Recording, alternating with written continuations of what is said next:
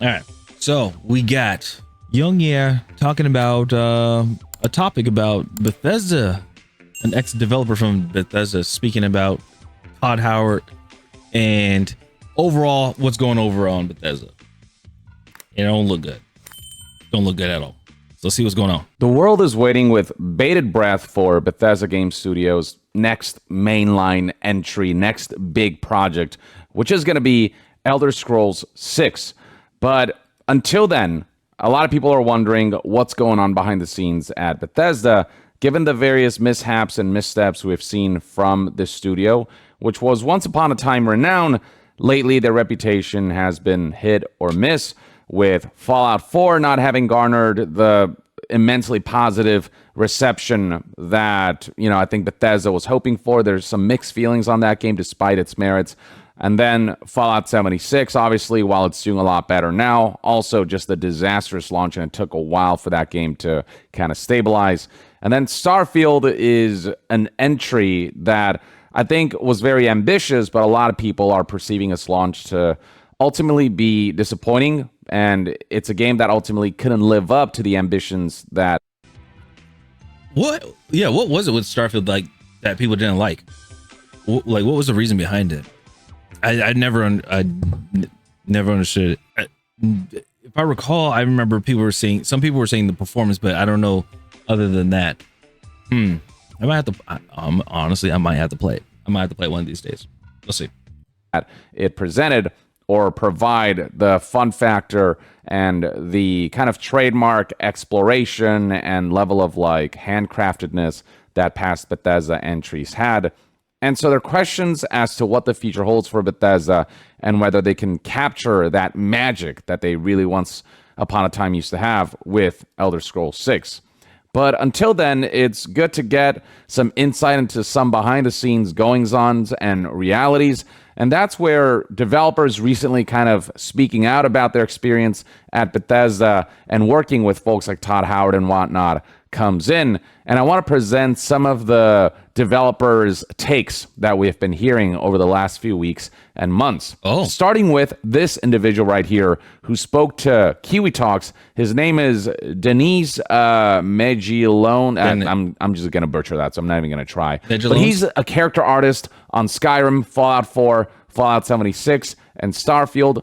Former developer who used to work at Bethesda and has since come out to kind of talk about what he thinks about Todd Howard in particular. You can see right here, this was a video that came out a year ago, back in January of 2025, but it's only now that headlines are reporting on this. A lot of people missed out on this interview and this specific bit that kind of gave us some insight into behind the scenes. And he had something to say that I think does highlight a potential problem that might have long-term ramifications. On Kiwi Talk's Twitter page, you'll find the following post of a clip that highlights Denise's take on Todd Howard. And, he really looks up to Todd and believes him to be a really good person with a lot of great design sensibilities. But at the same time, because of how big Bethesda Game Studios has become, because of the scale of this development studio now, and also because Todd Howard himself has become a bit of a celebrity developer, what that means is that he doesn't always necessarily... Is he a developer or is he a CEO? Hold on. Todd Howard, right? So he's a director. He's a designer, director, producer at Bethesda. Is he the CEO? So he's the CEO. He's not even... So he's the CEO serving as a producer and a game director. He's not really the developer. He's the director. Okay.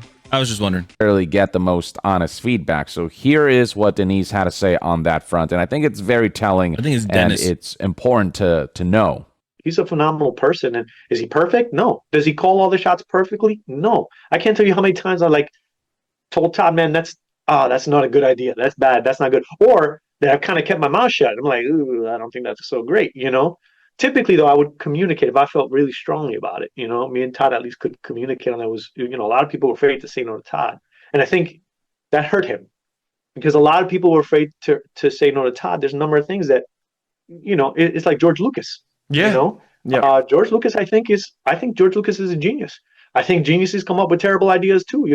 They're not all going to be his. Yeah. But if you don't have somebody to help you filter through these things and give you an honest assessment, because they're afraid to tell you what they really think, it actually does hurt you. So, and I think that kind of, happens to Todd a little bit, in some regards. So I honestly, that is correct. What it is, I think people are afraid to voice their opinions or or give their thoughts and opinions about their true thoughts and opinions about any feedback from anybody higher up, because they are fearing of repercussions, any consequences, like losing a job, getting treated differently at the company because of your thoughts about that said thing. And it's not only just in the game industry, it happened in the military as well. Like, there's a lot of people that are afraid to correct a sergeant major, for an example. Clearly, when he breaks, like a sergeant major breaks a regulation on purpose because they're trying to see who's going to uphold, people are afraid to say anything because of that person's position, the rank, right? So I think that's what it is when it comes to working in the game industry. It's a little more different because, if these people in higher positions, if you were to get fired or laid off or some sort of repercussion that you were just no longer employed there, and you try to work at another studio in the game industry, they still, they would still contact your former employer, which that person would spill everything, and again would cost you your career in the game industry. That is like the worst part about the video game industry, is if you get fired or some sort of mistreatment towards you, you are literally just blackballed from the industry. Rose to stardom as a developer, you get people who think Todd Howard either can do no wrong or are afraid to tell Todd Howard that they're wrong because of the legendary status that he has achieved, who has become such a big entity in the games industry that it gives Todd. Now, I will say this, there is a way, like, you can obviously don't just be like, Todd, that idea sounds stupid. Like, don't say that. Like, be tactful with it. Be like, I do like the idea. There are some concerns that I have with this plan or this idea. That's fine, but just don't be like, no, it's crap, it's complete ass, and throw it out. Don't do that.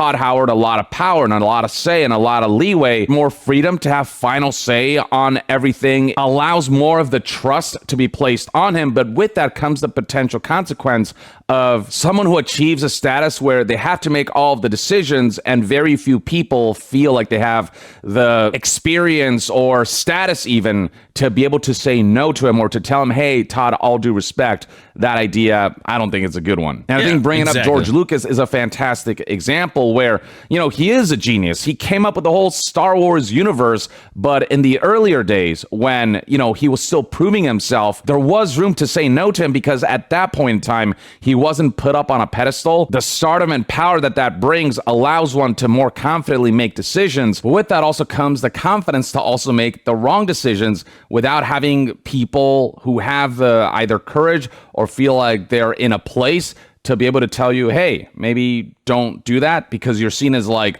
the guy who created this or the person who led that. It's basically ego. That's all it is. As you develop in the whatever space, I would say in the gaming, in the movies, entertainment space, as you gain, more respect, it's like ego as well, and people are fearing you more because of your status. That's it. Now, there are some people that actually do want to be corrected. Like, I bet you there are people out there that want to be corrected, saying like, okay, I'm just gonna throw this idea out and see what happens, right? Knowing that it's a bad idea and see like who's gonna react and everything. If I have a studio or whatever, and I'm the CEO, I've made multiple releases, brought in hundreds of millions of dollars, possibly in the billions, right? And I say, hey, I'm pitching this idea for this next game, knowing in my head that it sucks, it's a terrible idea, and I'm sitting in this room full of people, and if they say yes, knowing that this is something that the community, that the target audience would not like, they would hate this game, the game would actually just plummet into the ground, and it would be a complete colossal failure. I am sitting in a room and I pitch this idea, and everybody there, and I'm saying, what is everybody's thoughts about this? Like, their honest thoughts about it. Say whatever you want. All the people that are saying this is a great idea, like immediately just jumping on the yes wagon. Oh, I'm looking at them carefully. But the people that are like, well, I'm okay. You guys, guess what? You guys are about to take these yes men's jobs. You guys are about to take their positions. That's how I'm going to run it. Because at least they can see, they have some insight of maybe they see something on Twitter, maybe, you know, they play the game themselves and they're like, yeah, I don't think this is going to relate to your previous titles and stuff. That makes sense. So again, having all these yes men, it's like, it feeds the ego of the, of whoever of the person's status. So that's what's going on here. Or like a celebrity who's like created and, you know, led legendary releases. And so who am I to tell this person that I feel kind of iffy about that decision? Obviously, I don't have the personal experience to say whether Todd Howard is someone who does listen to feedback, even from the ground floor developers, or if he's someone who's very stubborn about his own vision. But no matter, it's a very rare thing. Listening to feedback is a very rare thing in the gaming industry, or AAA industry at least, especially what's been going on in the past 10 years in the gaming industry. Well, I would say like 6-ish years, like basically during COVID and now. A lot of people are considering feedback as being attacked, and that's why we have that whole thing with Gamergate 2.0 and stuff like that too. Which way he swings, the fact remains that the people around Todd, because of how high of a pedestal he's at now, they don't feel worthy of telling him no. Another former Bethesda developer who I want to talk about, who also recently spoke out about their time working at Bethesda, is Kurt Coleman. He is the longtime Elder Scrolls lore master who left Bethesda back in 2023 after more than 20 years working at Bethesda. Back in January of 2026, he spoke to News Outlet P. Wait, hold on. Let me go back. He worked on Morrowind and Oblivion.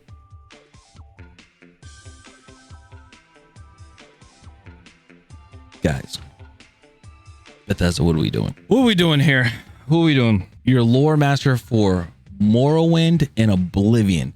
Dude, I gotta play those games again. I know it's gonna be I got a long list of games to play, but damn, how are you gonna do that? Like, the stories were good, the lores and everything were amazing with that game, and this guy left. That's an eye-opening thing when you have somebody that was ahead of great stories for a franchise to leave on some BS. Working at Bethesda. Back in January of 2026, he spoke to News Outlet PC Gamer, and the headline of this interview reads, Bethesda's former Elder Scrolls lore master on why he left, Starfield's communication breakdowns, and how he wanted the Elder Scrolls 6 to be The Empire Strikes Back. A lot of interesting insight here, but the main thing that I want to cover is his perception on how things played out behind the scenes when it comes to like working with someone like Todd Howard, and discussed how in the early days it was a close group of developers, including Todd Howard, in a basement office who were bouncing ideas off of each other, eating in the canteen together, and making decisions together. This was back when Bethesda Game Studios wasn't this massive organization with hundreds of employees and developers. But basically is when it was a very like when everything was full of life, passion project type. Pretty much it was like indie studios. It's like indie studios nowadays. Or rather, a small group of people who were constantly in communication with each other, who could always check in with each other. Yes. And it wasn't this massive entity that Todd Howard had to manage on multiple fronts. Todd Howard could actually get his hands dirty and go hands-on with the key development aspects of making games. But by the time Starfield shipped in 2023, Coleman described the studio as it basically being... Starfield is only 3 years old? I felt like it was longer.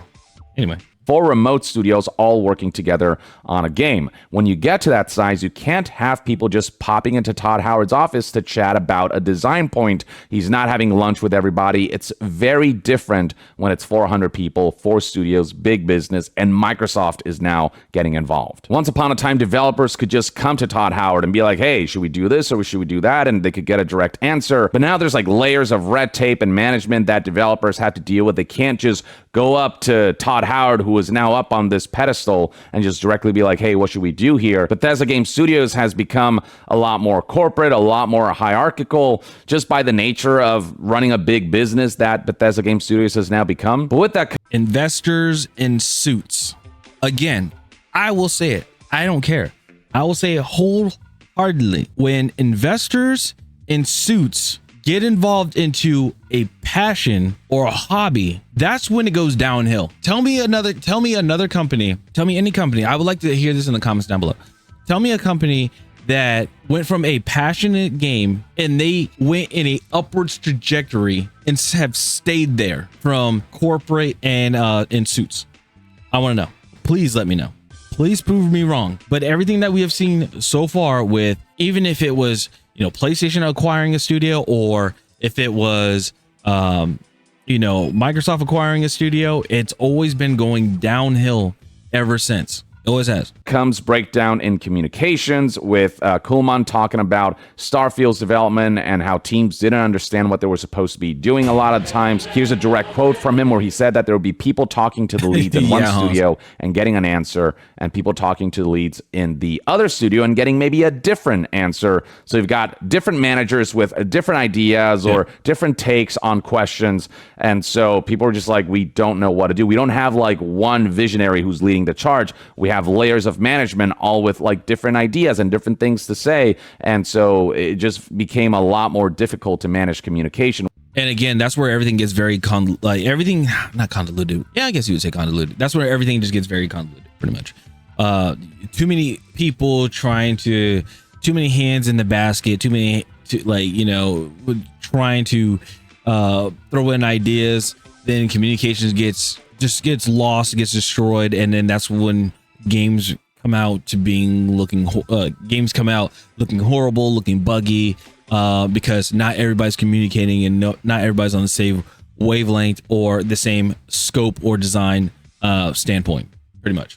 Whereas once upon a time, everyone was kind of in the same room, bouncing ideas off of each other, including Todd Howard. The way Kuhlman frames Todd Howard's present circumstances is that Todd's a very good project lead, and fundamentally, I think he's a designer at heart, and he's good at it, obviously, if you look back at the games. Over time, though, as he got busier and every part of this larger and larger organization wanted him to do stuff for their project, he would get pulled away. Basically, Todd Howard became more of a manager rather than a hands-on developer, and so his creative input began to diminish, and it became more about Todd Howard running the business of Bethesda Game Studios and making certain key decisions that defined its direction, but just having less time for those design decisions that once upon a time he was a lot more directly involved in with the ground floor developers. I think I believe if that happens, when you become that much of the position in the CEO, or have that much duties as CEO, where you're no longer pretty much in a developer standpoint, honestly, just let the developers themselves work on it. Like, let them be the ones that run that. Pretty much they should be like, hey, I just run the business, but I just give them the budget for this.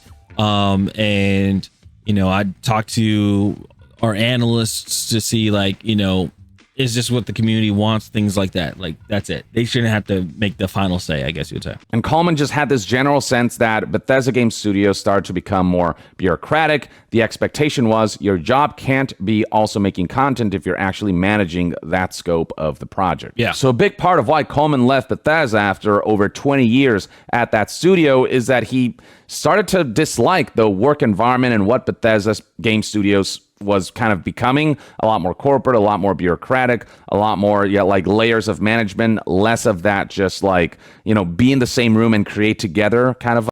Passion going away, a lot of creative freedom being casted aside, bottled up because big person in the suit says, no, you can't have that. And then on top of that, apparently Todd Howard had promised Kuhlman that he would be the lead on Elder Scrolls 6 after they had shipped Fallout 4. But then after Fallout 4, Todd Howard and leadership made the decision to make Fallout 76 and then Starfield before working on the Elder Scrolls 6. And by the time they got to Elder Scrolls 6, Todd Howard told Kuhlman that he wouldn't be the design lead on that project as originally promised. False promises. Yeah, that makes sense. That'd make me want to leave too. So he had literally been waiting for Elder Scrolls 6 to be the next project Bethesda would work on, only to be told after all those years that, no, you're not going to be the lead. Todd said, well, we want you to have an important role in the project, but what I wanted and what he wanted were different at that point, said Coleman, speaking to PC Gamer. Now, Coleman did acknowledge that a lot had changed at Bethesda Game Studios from the time Fallout 4 launched to the time that Starfield launched, and then the time that they started working on Elder Scrolls 6. Bethesda Game Studios just got a lot bigger, and so what it means to be lead design for a game is different now than it was back in the Fallout 4 days because of just how much bigger Bethesda Game Studios had become as an organization that kind of fundamentally changed the way it runs compared to how it was run back in the Fallout 4 days. So Coleman does say that in retrospect, while he wanted it, he doesn't think he would have enjoyed the current version of what it means to be, the lead design for a game like Elder Scrolls 6. And so in retrospect, he says that, so they may have made the right decision of saying that I shouldn't be in this role. But back then, the combination of not liking the work environment of Bethesda Game Studios and how much it had changed from the good old days of like everyone gets to create in the same room, combined with that promise being broken, made Coleman go, my time at Bethesda Game Studios is done. I want to move on to other ventures. But the key thing to highlight here about Todd Howard is basically because of how big Bethesda Game Studios had become, Todd Howard there was less direct access to Todd Howard's leadership. And I think that goes in tandem with having too many yes men that actually hurts his decision-making and leadership capabilities, because part of being a good leader is not just making decisions, but also being able to listen to the people you're leading. But when the people... Yep. Because it's like, what was it? There's a difference between leadership and micromanaging. Difference between like leadership and micromanaging, and basically with having a whole bunch of yes men or like sorry, let me go back. Let me go back. So leadership and micromanaging. Leadership is you saying something and then actually like hearing the feedback and like hearing everybody out. Micromanaging is you saying something and then you making sure that what you say goes and that they do it. Pretty much. That's pretty much what's going on here. But I'll just leave it at that. I'll leave it at that. People are too afraid to tell you that they have qualms with some of your decisions. Then it's hard for someone like Todd to kind of try to look at things from their perspective, because he often doesn't know what people's perspectives are, because those people are just being yes men to someone who is now up on such a high pedestal. He feels like such a big honcho now that people are afraid to piss him off by even disagreeing with him. You know what I mean? And that's the curse of being in the position of Todd Howard now, and the more managerial position that Todd Howard is in now versus the more hands-on developer that he used to be. I think that in part contributes to why people are afraid to say no to him. I think that contributes to him being surrounded by yes men, because fewer people have access to him, because Todd Howard makes decisions from, the top floor of the tower, because Todd Howard is not on the ground floor with the developers. I feel like it just makes him less like relatable. It makes it harder for the ground floor developers to perceive Todd as like an equal creative partner instead of seeing him as like kind of like their boss.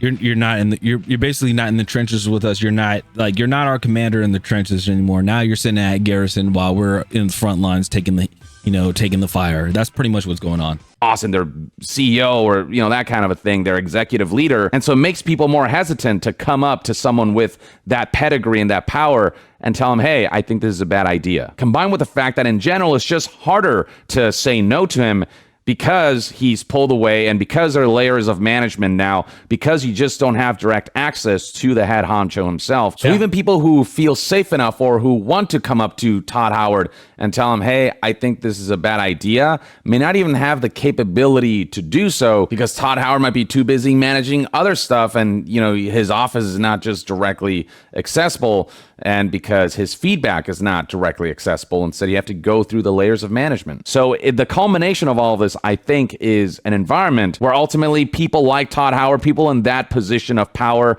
and leadership position, are trapped in this bubble of their own making, this bubble that is at the top of a pyramid. And that now, I will say this, like if I were Todd Howard and Coleman and the other guy, I'm just gonna say Dennis, them being like at Bethesda for as long as they were, like for over 20 years, I would have, if I was Todd Howard, I would have those positions or I would have like the decision makings that I can no longer do, delegate it down to those guys. So then if people have ideas that they want to come talk about, well, like that they usually would come talk to Todd Howard about, they would discuss with those guys, and then those guys would bring that, like, you know, bring those ideas together and everything, and discuss with each other and come up with an idea, or have those ideas and then talk to Todd Howard himself. So it's like those three guys, you know, like the ruler with his generals, like type of thing,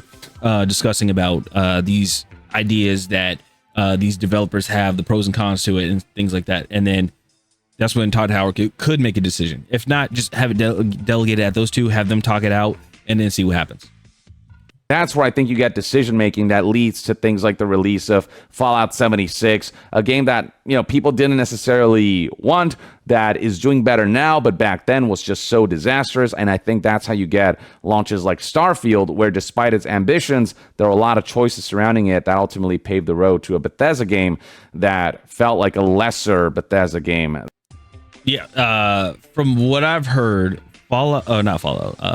Starfield, people didn't like it. Like, okay, let me get the good side. The good side is they try to go away from like the medieval, the dark, the dark fantasy, the eerie medieval times, and they tried sci-fi, which is fine. It's a risk that they tried, and I can accept that. I like that. But it was like the multiple planets that you can go to, and a lot of them didn't have anything in it. Like, they were very empty. That's from what I've heard. And Todd Howard came out and saying like, oh, this, you'll be able to travel to millions of planets and stuff like that. Like, but those planets really didn't have any sort of environment on it. That makes sense. Then, you know, their past successes, as well as decisions like focusing on, you know, mobile games and live services and all these things that feel very like corporate driven. It feels like Todd Howard now has to appease certain corporate mandates and standards and kind of lead the team to kind of balance both the people who want to make the classic Bethesda stuff, but also the people who want Bethesda to be moneymakers. I don't get the sense that these developers are resentful at Todd Howard, but I do get the sense that they are highlighting some unfortunate realities of Bethesda Game Studios' transformation as a much bigger, much more ambitious development studio and much more kind of bureaucratic and corporate studio with, you know, money making potential. And I think that chat, I got a question for like chat, and then also comment down below. I just thought about this. When corporate took over gaming is when live service came out. In the Xbox 360 era, we had like, it was the beginning of live service because we're getting updates for the games and stuff, but the games were still good. We just got more content, or there was like a bug fix or whatever. But as the years progress and live service was being put more into the games and stuff, they were less complete. They had a lot of bug issues or graphic issues, performance issues. And I noticed it was like more companies or more investors were being added to these studios, right? I could be crazy, but that's what it seems like. It seems like the more corporate and suits got into gaming, the worse live service got. And also that's when live service began. I could be crazy. I could be losing my mind. It does bring up a lot of concerns for the future of a studio like Bethesda Game Studios, who I want to see them return to what they used to produce back in the golden days. And hopefully Elder Scrolls 6 will be a step in that direction. Elder Scrolls is kind of Bethesda's bread and butter. So if there is an opportunity to prove themselves, it's Elder Scrolls 6. And the bigger scale does ultimately mean that they can realize greater ambitions as long as it's properly managed. But behind the scenes goings on seem to indicate that communication breakdowns can happen, that not everything is rosy when it comes to the leadership structure at Bethesda Game Studios. But with all said and done, there's a lot of talent there. And the hope is that ultimately the end result will be an incredibly awesome open world RPG experience that makes us feel it. It's I'm gonna say this, it's not gonna happen. I hate to be a Debbie Downer. It's not gonna happen. And the reason why it's not gonna happen is because all the people that worked on Oblivion, that worked on Skyrim, that worked on Morrowind, they all left, or a majority of them left. So if they want to have a game that's just like, you know, Oblivion, and all the great titles back then with Bethesda, they either have to hire those people back, or they have to go with that design plan, and people need to stick to it and not make any changes or adjustments or anything like that. That's what's gonna need to happen. But are people willing to do that? Probably not. And in this era, what we felt when we first played Skyrim, which was this incredible sense of awe, and hopefully it's going to be something that lives up to, and if not exceeds, other open world games that have come a long way and that have either caught up to Bethesda's open world RPG kind of ambitions, and if not surpassed them. And Bethesda now has like that competition to surpass, and hopefully that's a task that will be realized with the launch of Elder Scrolls 6. But at the end of the day, only time will tell, and I am rooting for Bethesda to make a big splash with Elder Scrolls 6 and to really nail the launch of what is arguably one of the most highly anticipated titles of all time. But I suppose only time will tell. In the meantime, though, I'd love to hear what your thoughts and opinions are on what these two developers had to say about Todd Howard and working at Bethesda and the changes that Bethesda Game Studios has undergone as its scale just got bigger. Share your thoughts in the comments below, and to be further updated on all things gaming news, reviews, and discussions, stay tuned right here on Young Yeah. I'll see you guys next time. Young out. All right. And again, another amazing video. Let me put this in chat. All right, man. So yeah, I would say when it comes to the Bethesda, or not just in Bethesda itself, but like just in the game industry, if you have a ton of yes men, it's not going to be good.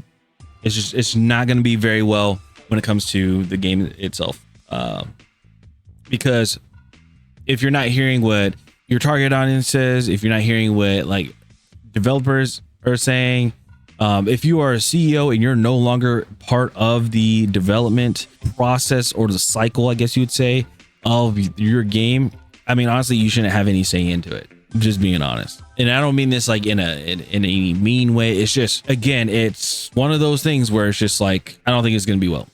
Let me see something. There was something that I saw. It was a short from Legendary Drops, and I just want to show this real quick because it was from a CEO. Yeah, I believe it's from a CEO from Take-Two. Yeah, so a Take-Two CEO said this, and I thought this was really awesome. So just take a listen to this. This dude, he is quite literally the guy that just says, "I don't know anything about video games. I just let the developers take care of it. The devs know what they're doing. Yeah, I just give them the money." They had him for an interview on like Fox Business or something like that, and they're like talking about the stock market and video games in the future and Grand Theft Auto 6, and they're like, "So what do you think about Grand Theft Auto 6?" And he's like, "I don't know anything about it." They're like, "What do you mean you don't know anything about it? Do you think the gamers are gonna like it?" And he's like, "I don't play video games." See? Yeah, exactly. So then how do you know? And he's just like, "I trust the developers. They know what they're doing. I just give them the money." It's just like. Exactly. See, and that's what I believe here. I'll put that in the chat too. But yeah, I firmly believe like if you're not with the developers or anything like that, like it's okay to say like, hey, I just put all my trust and faith into the developers. That's the reason why I hired them. It's that simple. What's his name? Strauss Zelnick. Okay, that's his name. Okay. Also, I wanted to know. Let's see. With Starfield. Because honestly, I didn't even know like what was the reason for it. Okay, so, and this is gonna be the very last thing, the very, very, very last thing. Let's see. Key issues that went wrong with Starfield include empty exploration and repetition. Okay, instead of a vast, seamless universe, players found thousands of empty planets with repeating points of interest, dungeons/mines, leading to a copy-paste feel, as described by users on the Starfield Steam community. Okay, loading screen overload. The game is heavily segmented by loading screens. Entering ships, taking off, landing, and entering buildings all require fast travel or loading, destroying the sense of cohesive open world, according to discussions on Reddit. Okay, I mean Reddit's kind of hard to. Anyway, dated gameplay and UI. Many systems, including inventory management, skill trees, and vendor mechanics, felt outdated or clunky. As noted by users in Steam community discussions, the UI was heavily criticized, requiring mods to fix. And then lack of organic discovery. Unlike previous Bethesda titles, the world design rarely rewards curiosity. Planets are mostly empty filler, and the main story feels repetitive, focusing on collecting artifacts, say critics and players on Reddit. Again, Reddit thing. Stiff interaction and storytelling, NPCs, companion options, and dialogue often feel artificial and less immersive than Skyrim or Fallout. Oh, okay. So does it seem like there was a checklist that was going on? Maybe I'll have to go. Okay, so this seems like something I'm gonna have to like look into or play to really experience it myself. So okay, I'll have to check that out. All right. But yeah, that's it. That's all I got for this video. I appreciate it, everybody. Thank you guys so much for being here and reacting to the video and everything like that. If you guys, be sure to check out Young Yet and also check out Legendary Drops on those. And let me know in the comments what you guys think about the whole thing. If you were a CEO and you're no longer having any, if you no longer have any thoughts, or not any thoughts, but like you have no time to be with the developers and stuff, would you just put it all into the developers' hands, or do you still want to have any say into it? And if you had a bad idea, do you want to have a room full of yes men, or would you like to have some people that kind of oppose your plan to bring a better idea out? Just would like to know that. Anyway, stop channel. See you guys later. Have a good one. Peace.